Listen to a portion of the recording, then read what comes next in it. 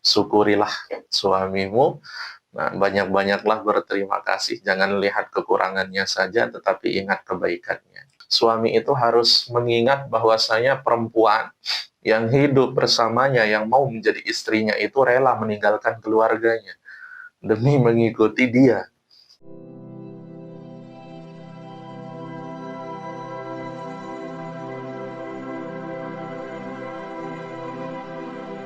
Di dalam pernikahan itu kan banyak sekali ya yang kita lihat, ada yang kehidupannya seperti ini, seperti itu. Nah, sesuai dengan yang kita bahas tadi, Ustaz, tidak lepas dari ajaran agama, baik di dalamnya itu ada tasawuf juga. Terus kira-kira apa saja tanda-tanda pernikahan yang sesuai dengan prinsip-prinsip yang benar atau prinsip yang diajarkan Islam?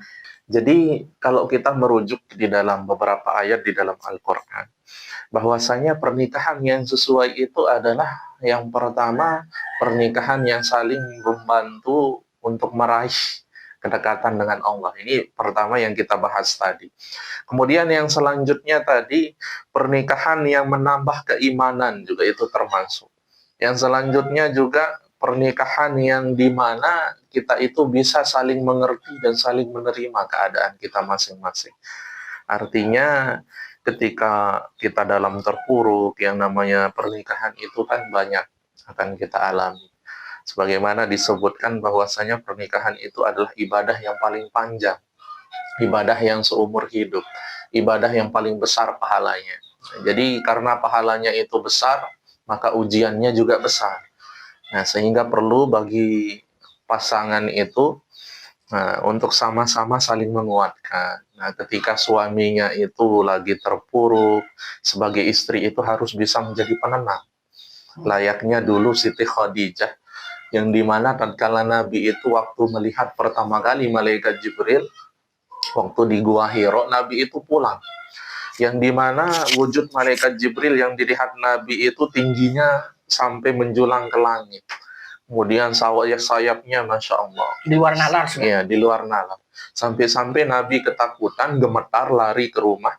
Pas membuka pintu, nah, beliau langsung dipeluk sama Siti Khadijah. Langsung beliau tenang. Nah, jadi pasangan itu, yang baik itu adalah yang saling menguatkan. Ketika suaminya itu terpuruk, harus bisa ditenangkan. Ketika istrinya itu juga lagi terpuruk, bisa suaminya menenangkan. Artinya ketika istri itu sedang jadi api, suaminya bisa jadi air. Begitu sebaliknya. Nah, jadi itu ciri-ciri pernikahan yang dianjurkan di dalam agama. Malahan di dalam Al-Quran itu kita dianjurkan berbuat baiklah kalian pada keluarga kalian. Malahan dikatakan juga ku ampusakum wa ahlikum naro. Nah, jadi lindungilah keluargamu dan juga kamu dan keluargamu itu dari api neraka. Caranya bagaimana ya? Seperti tadi itu. Nah, jadi ketika kita sudah mengerjakan apa yang dianjurkan di dalam agama, apa yang dianjurkan di dalam syariat, kita kerjakan di dalam pernikahan itu, maka itulah ciri-ciri pernikahan yang baik atau yang diridhoi oleh Allah Subhanahu wa taala. Apa saja sifat-sifat terpuji yang harus ada dalam diri kita dalam menjalankan pernikahan, dan juga sebaliknya, sifat-sifat tercela atau sifat-sifat yang tidak baik yang harus kita hindari. Itu apa saja, Ustaz, biar saudara-saudara kita juga tahu, biar bersiap untuk membina mental mereka dulu sebelum ke pernikahan. Nah, jadi kalau kita bicara apa yang perlu ada sifat mahmudah atau mazmumah yang perlu kita hindari ketika kita menikah itu, sebagai seorang pasangan, yang perlu kita tahu itu posisi kita masing-masing. Contoh, kalau kita itu posisinya sebagai seorang suami, yang perlu atau harus diperbanyak sebagai seorang suami itu adalah memiliki sifat sabar. Kenapa seorang suami itu dianjurkan harus memiliki sifat sabar? Karena terkadang istrinya itu akan menimbulkan beberapa masalah atau dan lain sebagainya yang membuat emosi suami itu akan diuji di sana, diuji habis-habisan. Nah, makanya ujian bagi laki-laki itu adalah marah. Adalah marah. Sehingga yang perlu diperbanyak ketika menjadi seorang suami itu adalah penyabar. sabar. Nah, kemudian kalau seseorang itu menjadi istri atau seorang perempuan ini menjadi seorang istri, yang perlu diperbanyak itu adalah memiliki sifat ridho, sifat sifat ridho. Nah, kenapa seorang istri ini sifat ridho? Karena ujian bagi seorang istri itu adalah ekonomi suami, kemudian suami. Nah, jadi seorang istri itu harus mempertebal atau memperbanyak keridoannya terhadap suaminya. Itu yang harus perlu dilakukan. Sedangkan yang harus dihindari itu adalah yang pertama kalau menjadi laki-laki, yang harus dihindari itu adalah sifat marah, cepat marah. Itu harus dihindari. Nah, kemudian kalau jadi perempuan, perempuan itu yang harus dihindari adalah sifat yang pertama, banyak sebenarnya kalau jadi istri itu. Ya. Nah, yang pertama yang harus dihindari itu, dia itu tidak boleh bagi seorang istri ini tidak ikhlas. Artinya ketika dia terlalu merasa diri capek, terlalu merasa diri lelah, buatin suami kopi, mau masak, kemudian mengurus anak, mengurus rumah, dia itu merasa capek, lelah. Nah, di sanalah ujian istri itu ada.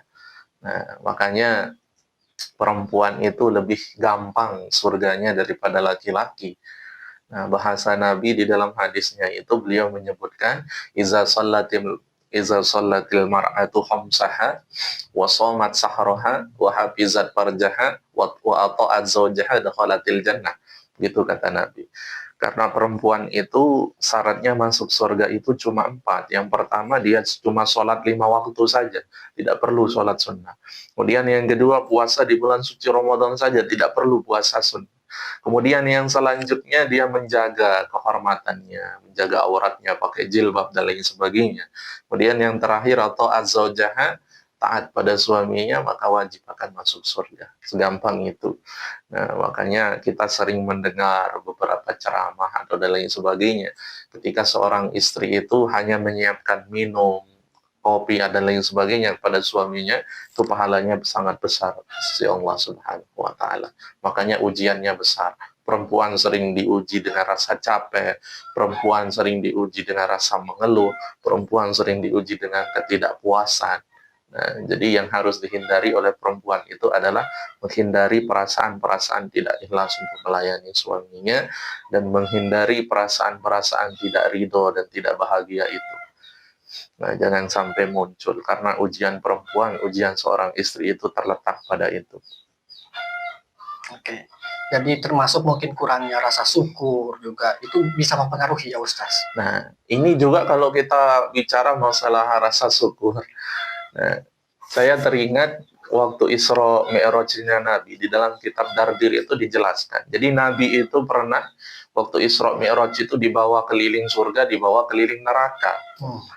Nah, sama malaikat ini kan. Dibawa keliling surga, dibawa keliling neraka. Dan tatkala Nabi ini pergi keliling neraka, beliau itu menceritakan para sahabat waktu beliau pulang Isra Mi'raj bahwasanya yang paling banyak isi neraka itu adalah perempuan. Nah, akhirnya para sahabat bertanya, perempuan yang bagaimana ya Rasulullah, siapa mereka? Nah, jadi Nabi itu menjawab, perempuan-perempuan yang tidak bersyukur terhadap suaminya. Nah, itulah penyebab mereka masuk neraka. Karena sifat perempuan itu adalah ketika, kata ulama ini, bukan kata saya, ketika seorang suami itu misalnya per bulan itu selama 29 hari, kan satu bulan misalnya 30 hari kan. Dan selama 29 hari ini suaminya misalnya berbuat baik, kasih uang jajan 5 juta lah umpamanya. Selama 29 hari selalu disenangi. Kemudian di hari terakhir di tanggal 30 itu suaminya misalnya lagi down ekonominya. Tidak bisa dia dikasih 5 juta, hanya dikasih 1 juta. Nah, dan di sana perempuan itu yang akan dia lihat adalah yang satu hari dia menderita itu. 29 hari yang dibahagiakan itu akan hilang. Sehingga itu yang menyebabkan perempuan ini dimasukkan ke dalam nerakanya Allah Subhanahu wa taala. Waliyazubillah. Makanya kalau kita kaji dari segi bahasa Arab, perempuan itu bahasa Arabnya nisa. Nisa itu berasal dari kata nasia yang artinya lupa. sering melupakan kebaikan suami, itu membuat perempuan itu diazab dan dimasukkan ke dalam nerakanya Allah Subhanahu wa taala. Makanya kami berpesan kepada siapapun yang menjadi seorang istri di luar sana, syukurilah suamimu. Nah, banyak-banyaklah berterima kasih. Jangan lihat kekurangannya saja, tetapi ingat kebaikannya. Suami juga mungkin harus bersyukur. Iya, suaminya juga harus bersyukur.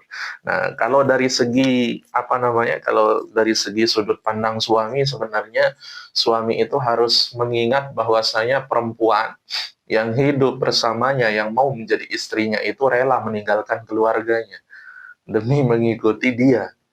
Nah, demi mengurus dia, mengurus anaknya, mengurus rumahnya. Makanya jadi suami itu harus juga memuliakan istri. Nah, jadi harus saling memuliakan, saling menghormati. Nah, itulah keluarga yang sakinah, mawaddah, warahmah Islam.